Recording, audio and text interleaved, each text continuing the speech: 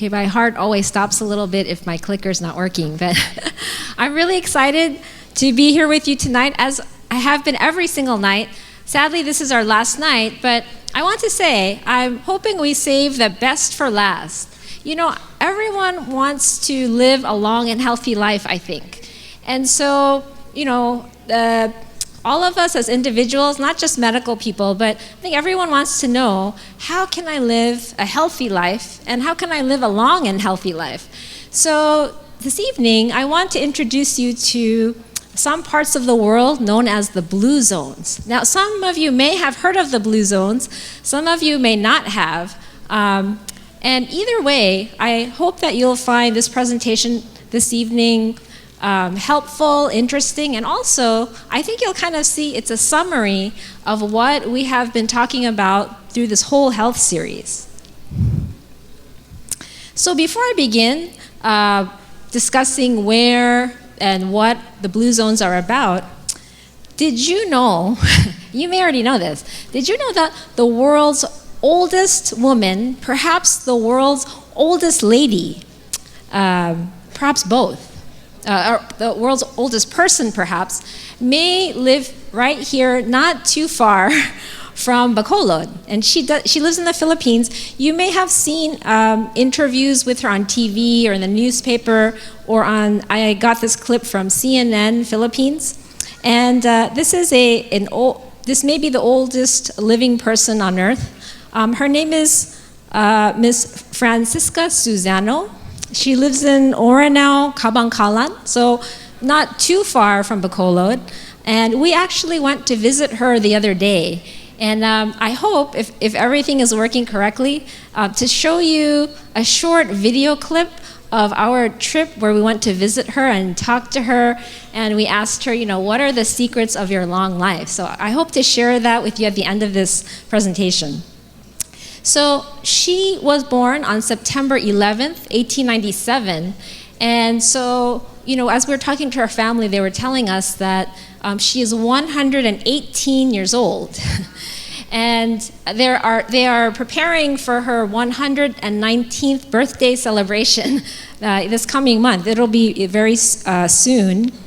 And, you know, we had read that she had a total of 100 this is all combined now, children, grandchildren, and great-grandchildren.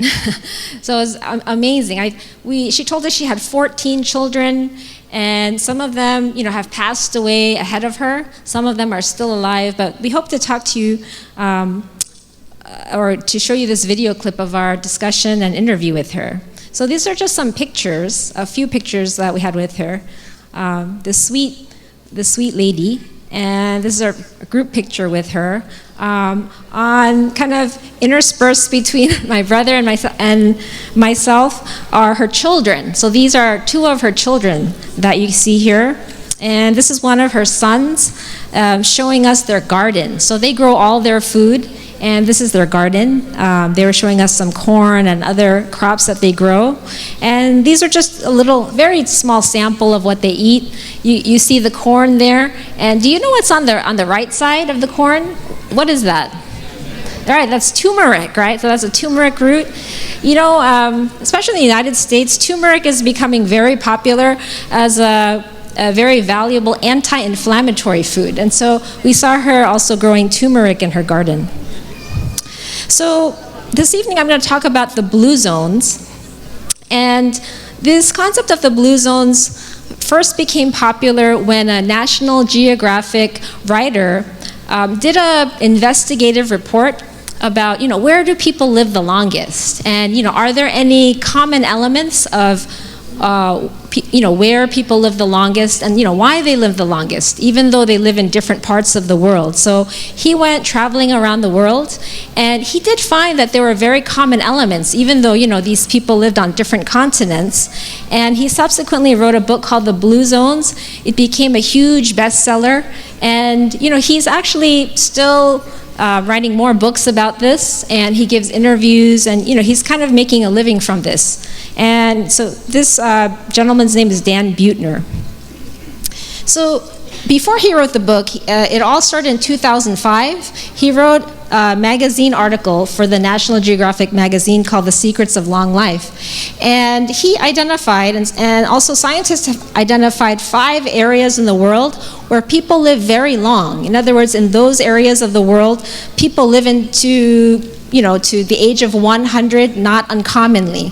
So these are the 5 blue zones that are currently known: Okinawa, Japan, the Nicoya Peninsula of Costa Rica, Sardinia, Italy, Icaria, Greece, and Loma, California, USA, which is where I am from. So this is relatively how they are on the map, just to give you a general idea. I do want to say this, there are, I'm sure, undiscovered blue zones. And I want to say that, as I've been here just a short time in the Philippines, but I feel like, as we interview this very elderly but healthy lady, and I've, gone around, I really feel like the Philippines has all the elements for people to live a long life. I think you have everything here so that you can live a good life. And I think, one of the keys to the long life issue, how long you're going to live here in the Philippines, is your lifestyle choices. I really believe that, but I feel like you have all the ingredients here necessary. So let's look first at Icaria, Greece. So I just wanted to show you a little bit more closely on the map. So this is the map of Greece, and this is the capital, Athens. On this side, you have Turkey, and Icaria is actually a small island off the main, coast of Greece. It's actually closer to Turkey, but it is actually a Greek island. So Dan Buettner, who wrote the book on the blue zones, actually also wrote a follow-up article about Icaria. He called it, and I really like this title, "The Island Where People Forget to Die." And so he went and he interviewed the Icarians to see, why do they live long? So they traditionally eat something called the Mediterranean diet, and for that area of Europe especially, this type of diet is not uncommon. So they eat a fair amount of potatoes. You can see here goat's milk, honey, legumes or beans like lentils, wild greens or vegetables, fruit, and a small amount of fish. So it is a very healthy plant-based diet. You can see it's high in fruits and vegetables and beans. I read the article, and they said that every morning Icarians wake up and they just take a teaspoon of honey, and they consider honey like a medicine.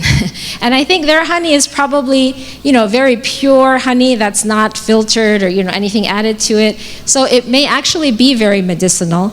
And then they drink this tea that has, a variety of herbs, and they drink it for as a custom, but actually this has a lot of probably health-giving properties.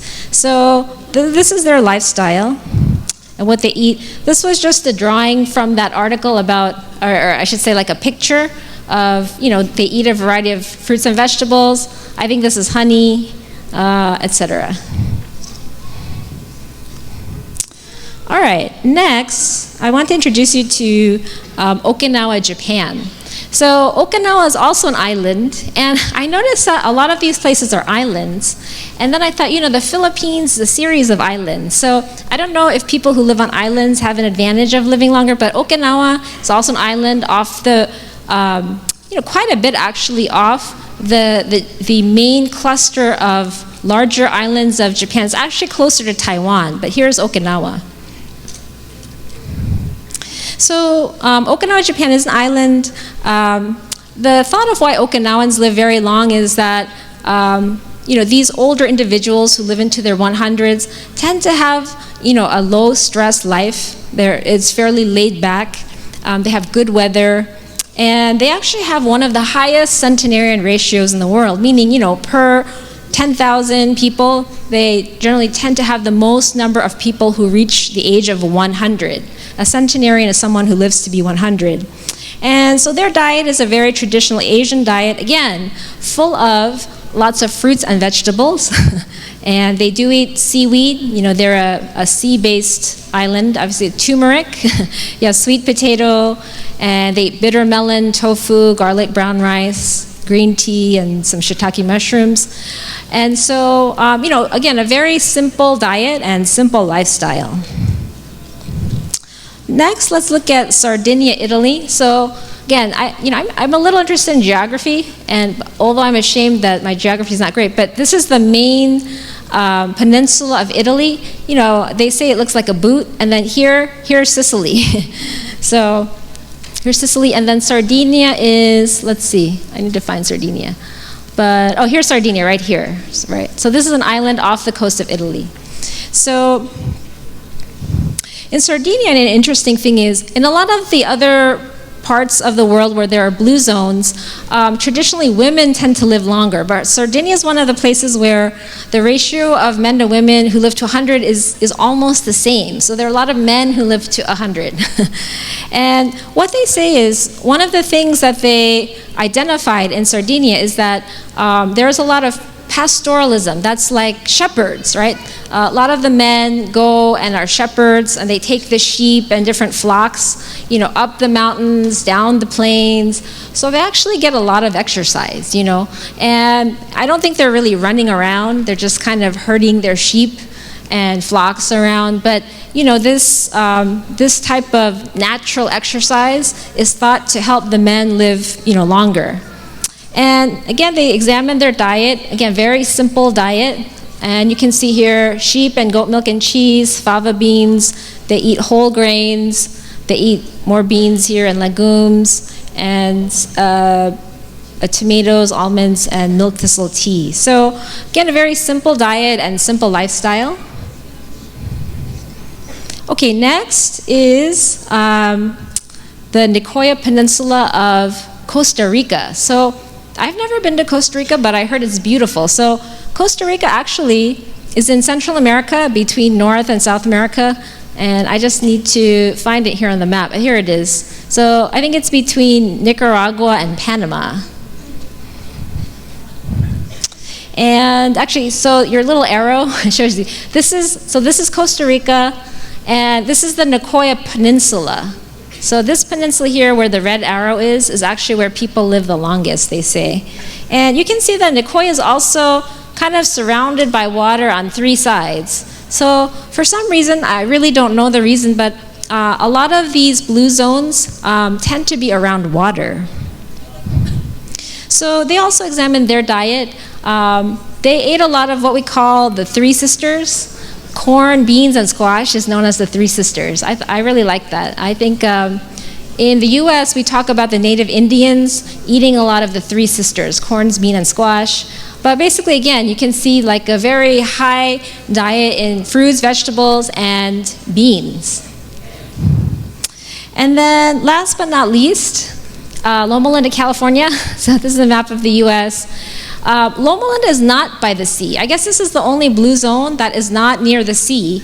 We are about 1 hour east of Los Angeles. And Los Angeles is, right on the Pacific Ocean. But we are inland about 1 hour from there. So we actually are maybe the only blue zone known right now that is not near the sea. So Loma Linda, California is the only blue zone in North America. And because of that, there's been a lot of examination about, why is this the only one? And why is it unique? So Loma Linda, California is population. We're not a very big town, and we do have a high concentration of Seventh-day Adventists in Loma Linda. And I can tell you from working at the medical center at Loma Linda that, in the community, and as I see patients who come in for checkups, etc., there are a lot of old people. It's not uncommon for elderly people to come in their 100s, in their upper, 90s, and, very active still. How can I say? Some of them are still driving. Their mental capacities are still very good. And so, I see this every day in medical settings. So Seventh-day Adventists traditionally do shun certain, how can I say, habits that are not helpful to health, such as they tend to not smoke and not drink. They don't drink alcohol traditionally, and I can't say that, no Seventh-day Adventists watch TV, but they tend to, not be overwhelmed by media-type distractions. They do try to follow a diet that is more biblical based, which is composed of what we've seen all along. So fruits, vegetables, whole grains, some nuts, water, and smaller amounts of meat and fish. And I can tell you this too. I always, when I have an opportunity, try to ask our older patients in the hospital or in, just an outpatient clinic visit, what is your secret to long life? And usually most of them will tell me, these things, that they don't eat harmful substances, that they do stay active, and that the other thing is they don't usually eat a lot of processed sugar. They will tell me that they eat fruits to fulfill their sweet tooth. And so,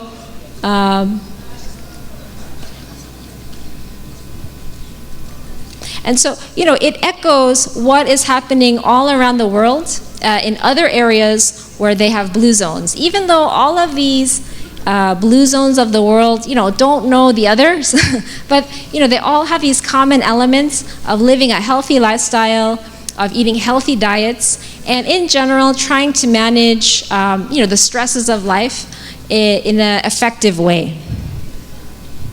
Okay, I think I'm going to need some help with my slides here, but so the top foods in Loma Linda, just to give you an idea, are very similar to the other blue zones. So in Loma Linda, we do have a lot of avocados, just like here in the Philippines. So we eat a lot of avocados, almonds, soy milk, nuts, beans, oats, whole grains, etc. Okay, and I do want to talk to you just briefly about something known as the Adventist Health Studies. So because Seventh-day Adventists live a very long time compared to the general American population, the U.S. government took note of that, and actually, starting in the 1950s, as scientists and researchers to look at, why do Seventh-day Adventists live longer? At that time, they were living about 10 years longer than the average American, and this, decades ago. And so they just said, let's try to identify why. So the first studies of Seventh-day Adventists started in the 1950s, and they found some interesting data, and then they kept doing more studies, and studies are still going on today. So if you look at this timeline here, you can see in the green that they did the Adventist Study 1, and they're doing some, the Adventist Study 2 currently. They're also doing the Adventist Religion and Health Study that's ongoing. So they're looking at how does religion affect long life, and they've also looked at just a variety of factors of how Seventh-day Adventists live. So again, the ongoing study is called Adventist Health Study 2. They have 60,000 participants, and certain parts of this study are completed and certain parts are still ongoing. But and there's a lot of data, but among the many data points they looked at, one was so body mass index, your kind of height to weight ratio, and then they looked at non-vegetarians, semi-vegetarians, pesco-vegetarians, which is fish-eating vegetarians, lacto-ovo-vegetarians, that's if you eat eggs and if you drink milk, and then just vegans. So if you just eat plants, no animal products. So they did find, and you might not be surprised by this, that the more plant-based your diet, the more your body mass index, your BMI, tends to be more ideal, more on the lower end. The other thing they looked at is type 2 diabetes prevalence. So in the same group of people, they looked at what percentage of people have type 2 diabetes. And so again, the more plant-based the diet was, the less likely to have diabetes. The other thing they found too was, in these populations, they found that people who adhered most closely to plant-based diets were the least likely to get certain types of cancers. Among them being gastrointestinal, so GI, so that could be stomach, it could be large intestine, it could be small intestine. And also they said that women who ate vegan diets had lower rates of female-related cancers. So female-related cancers would be like breast cancer, ovarian cancer, uterine cancer, etc. Okay, so let's now look at the actual traits that blue zone people have naturally. What do they have in common? And so these are from Dan Buettner's book, The Blue Zones. So number one, there's 10 different things So if you want to follow along, number one is they move naturally. Another way to say this is they did exercise and they were physically active, but it was kind of a natural exercise. So meaning that they would, a lot of people would walk or garden. And these are kind of natural activities, right? This is not to say that you shouldn't go to the gym or anything. That's not what I mean. But just with these people and their lifestyles, they kind of just naturally incorporated activity into their life. So Okinawans tend to garden a lot. Sardinians, we mentioned, were shepherds. They herded sheep. I can tell you Seventh-day Adventists in Loma Linda really like to walk. You'll see people walking like all over the place. And they, these types of activities would combine aerobic exercise, muscle strengthening, and balance. A quick word about gardening. Gardening is actually very therapeutic, and for many reasons. One is, there's definitely satisfaction in growing your own food, right? You get to see it from beginning to end. You know what's in your food. The other thing, though, is there's actually some medical benefits here. So at the University of Colorado, Christopher Lowry, a medical researcher, discovered that certain bacteria in the soil, he just named one of them, Mycobacterium vaccae. It was found to increase the release and metabolism of serotonin in parts of the brain. So one of the things they found is that the actual elements of the soil help make you relax, help release serotonin in the body, help to decrease anxiety. And I thought, wow, that's great. So it actually has like real medical benefits as well. And they also found that for people who tend to, do gardening as part of their activities, that can actually decrease their risk for Alzheimer's disease, and that these people also had larger brain volumes in important areas of the brain, like the frontal lobe. And we've talked a lot about the hippocampus, right, as the seat of memory and certain types of mood. And so this actually helped to enhance brain function as well.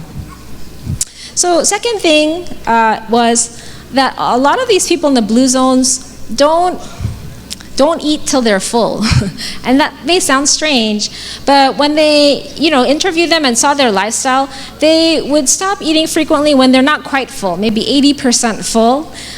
There are certain traditions, the Okinawans have a name for this, harahachibu. The other thing is they tend to eat the larger meals of the day earlier in the day. So, many of these people would say our largest meal is at noon, like lunchtime.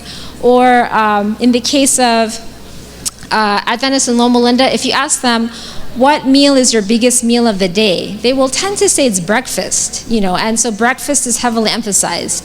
And so they generally tend to eat big meals earlier in the day, and their supper or dinner tends to be lighter. Number 4 is, you can notice from what we already said about these zones and the people who live here that they may eat some meat and fish, but not a lot. When they ask them, how much, red meat do you eat? They would say, usually we eat meat on just special occasions. So it's not very often, and they tended to eat, again, what they grew in their gardens, a lot of beans, not a lot of processed foods. Generally, when they would eat their meals, they would eat at least 2 vegetables at each meal. Now, again, another just quick side note. In the Adventist Health Study, one of the things that they didn't expect to find, but that they did find, was that Adventists who ate nuts, and it could be a variety of nuts. It could be walnuts, it could be peanuts, or almonds or other types of nuts. But those Adventists who ate nuts at least 5 times per week had half the rate of heart disease just from eating nuts. And they tried to factor out, other factors. So some people have asked me, well, if I should eat nuts, peanuts or other types of nuts, how much should I eat? So we usually say don't eat more than a handful a day. And everyone's hand is a different size. So if you have a small hand, that means you should eat less. If you have a bigger hand, you can eat a little bit more. So just quick review. Here's the 5 secrets so far that we looked at. This is 4 actually. Okay, number 4, not 5. So the next one, I will tell you, in Dan Buettner's book called The Blue Zones, he talks about drinking wine. And then he says, in some of these cultures that they will drink a little bit of wine with their meals, not in excess. And I will just tell you, I disagree a little bit with this, or I should say I disagree a lot with this. I would say that if you're going to drink something equivalent, I would argue that grape juice is better than drinking wine. I would say, even if not grape juice, some type of beverage that is fresh, and it can be a fruit juice. You have many lovely and wonderful and nutritious fruits in the Philippines, but I would not recommend wine. And I can tell you that, when they looked at grape juice and then the benefits of grape juice versus wine to see if there was like additional benefits, I can tell you that they have found that unfermented grape juice, so grape juice that has not become wine, has the same polyphenol benefits. And so polyphenols are compounds that can help reduce your risk of heart disease and also certain types of cancers. And so they have found that grape juice, has the same benefits as wine. As a medical professional, I can tell you that the reason that I do not recommend wine, to patients to drink regularly is one, we've already talked about in our discussion of cancer, the fact that the World Health Organization has already issued statements over the course of many years about the fact that alcohol is a carcinogen, so alcohol is a cancer-causing agent. And I have seen so many patients with addiction issues related to alcohol. So, as a medical professional, I can say I don't think it's worth the risk of drinking alcohol to have the small benefit for these polyphenols. You can get the same benefits from unfermented grape juice or other types of juices. It doesn't have to necessarily even be grape juice. So just very briefly, in the US, some patients have asked me, well, what about those people in France? They eat these really heavy meals and they drink wine and they don't have heart disease because, they drink wine. So just to dispel this myth, so it's not true. I really don't know how it came about, but it's not true. And France has basically just the same amount of heart disease as their surrounding neighboring countries like Spain and Italy and Germany. And heart disease is still the #1 cause of death in France. So actually it's not true that the French drink wine and they do not have heart disease. So just a little bit about grape juice's benefits.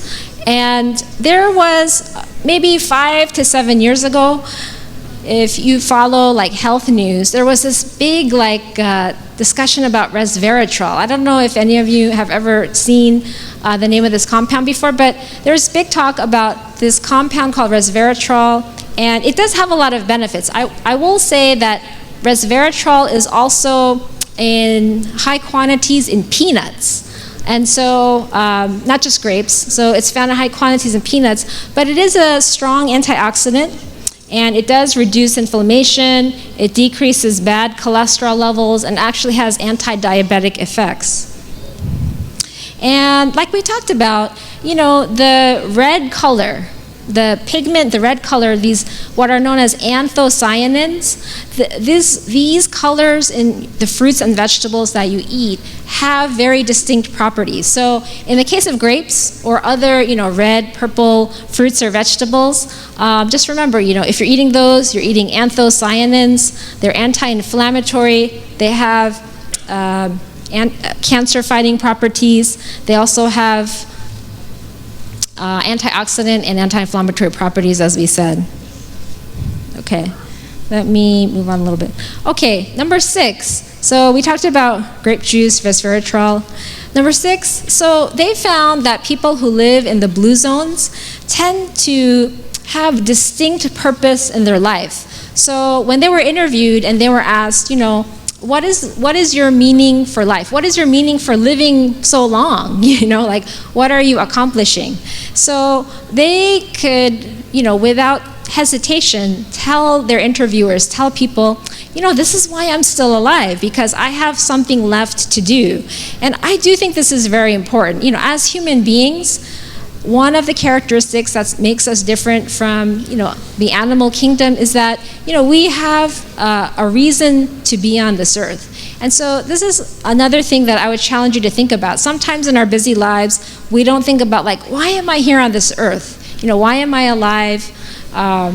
What is the meaning of my life? And so they have sense of purpose. So I just wanted to show you a picture of my grandmother. So this is my mother's mother. My grandmother is 100 years old. She just turned 100 in April of this year, and my brother and I flew out. She lives with my parents and my aunt, and we went out for her 100th birthday. So this was actually taken around the time of her 100th birthday. So my grandmother is very healthy still. She is one of those people who does follow, the principles of long life as recorded in the book on the blue zones. And, she didn't know anything about blue zones, but, she does eat a plant-based diet. She eats a lot of fruits and vegetables. She is active still. My grandmother still walks around, and she has her thought processes, her cognition is still very clear. So it's a blessing. But I show you her picture because I can just tell you that, it's really true. This does work. And if you make good lifestyle choices, then, you can live a long and healthy life. And my grandmother is evidence of that. So number 7 is take time to relax. So they found that all the people who live in the blue zones know how to relax. They don't get overstressed and don't relax. They know how to relax. So for the Seventh-day Adventists in Loma Linda, Saturday is their Sabbath. They do rest that day. For a long time in Loma Linda, because there is a large population of Seventh-day Adventists, they didn't even deliver mail on Saturday. So the mail was not delivered on Saturday and such. So, but all of these blue zone areas, people knew how to rest. They knew how to take time to relax and meditate and have a time of calmness and restoration. So I do want to talk to you briefly about meditation. There's a lot of talk nowadays about, you should meditate, it's good for your mental health. And I do agree with that, but there's a lot of different types of meditation promoted out there. There's transcendental meditation. There's something called mindfulness. In Buddhism, there's something called Zen meditation. And I will say that you do want to be careful of the type of meditation that you engage in. Some of these types of meditation teach you principles such as you have to become one with the universe, and the universe has to become one with you. And if that happens, then, you will be at peace. The problem with this, although it sounds very good and relaxing, is the fact that, when the thought is when you become one with the universe, there's no good, there's no bad, everything is one and you are one. And so, this is something that if you take it to extremes, you basically don't have any foundation of morality. You're one with the universe, there's no good and bad. And so I would just have you be aware that there are good types of meditation, and then there are types of meditation you need to be careful about.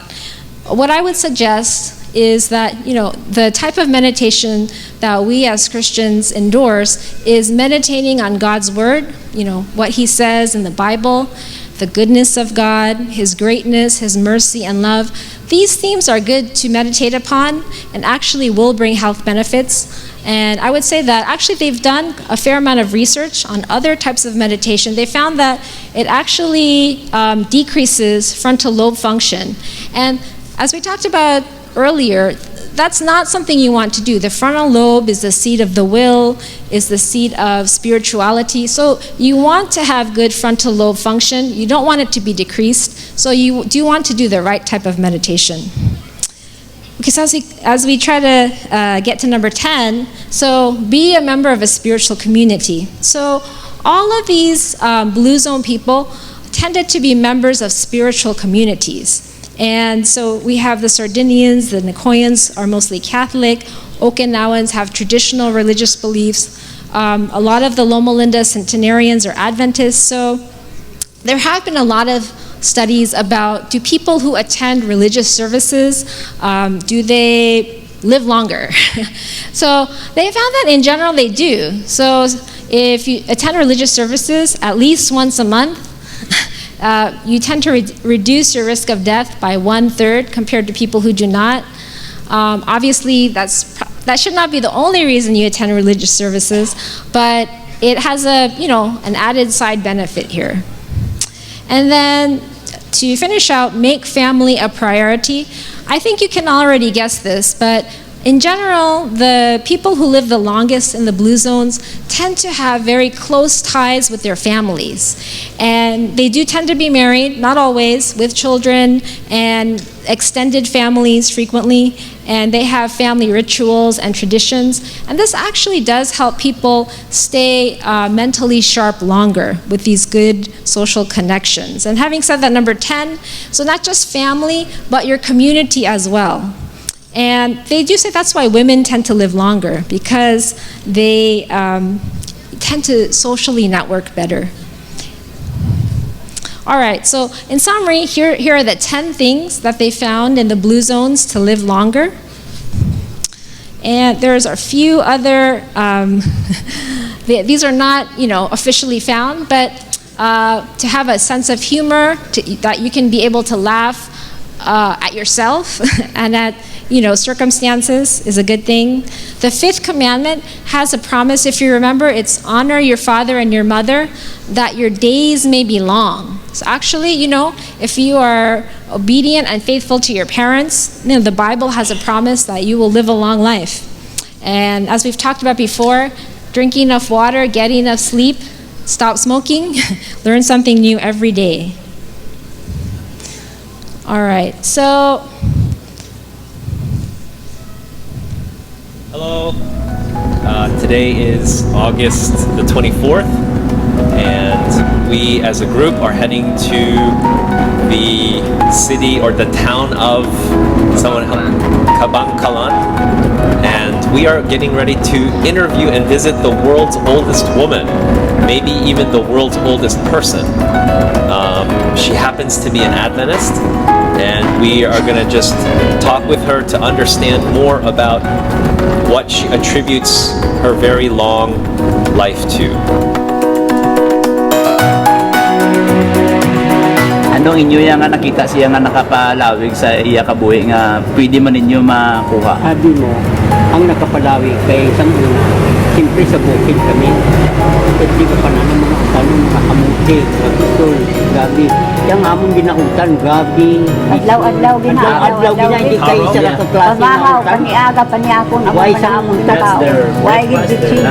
Ano kuno nakabulig sa imo nga nakapalawig sa imo kabuhi? Utan, big balls. Why gitsi? Anong imo pamahaw, What did you permi? have for breakfast today? Kanon, utan. Ano nang kanon? Humay, mais. Mais matong ko. Mais. Ano oras ka tulog na Alas 7 sa una, tulog ka na. Oo. Nay, kung pamangputon ka namon, anong maayo nga himuon nga maglawig amon kabuhi, anong malaygay mo be? Anong himuon namon man? Sundod ma akong gikaom. Wa ko gakaom baboy ya. Utan lang. Utan. Makasiling ka nga ako, Adventista? Oo. Adventista ako. Seventh Day Adventist. I cannot be with you on your birthday, but Grandma, I wish you happy birthday already, early.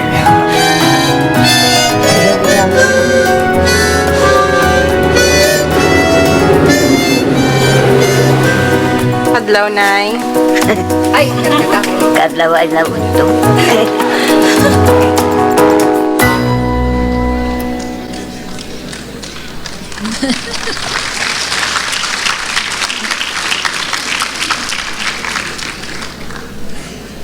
So, as I said earlier, I definitely think here in the Philippines, you have all the ingredients to live a long life. I don't think there's anything lacking. So, as I said, it's heavily based on the choices that you make. And, I really do hope, I know that they're working on this lady getting officially into the Guinness Book of World Records, and I hope, they complete that process. As you probably already know, God wants us to have a long and healthy life. And he has promises in the Bible to this effect. David knew about this, and he wrote in Psalm 91 that with long life will I satisfy him and show him my salvation. In the Bible, when you study health, you will always see that spiritual, mental, and physical health are all connected. Again, David knew this. If you look at this, he talks about physical healing, but before he does, he talks about forgiving all thine iniquities. So forgiving your sins, and then healing your diseases, and then that is your redemption. That's how you're redeemed. So, when God saves us, he doesn't just want to save you from spiritual sin. He wants to give you a healthy life too. And, the Bible, if you look and study closely, is full of these promises that God wants you to have a full life. Spiritual health, mental health, and physical health. And this is my prayer and hope for you this evening as I end, that each one of you will have abundant physical, spiritual, and mental health so that you can glorify God and serve him. And I will be praying for you. Thank you very much.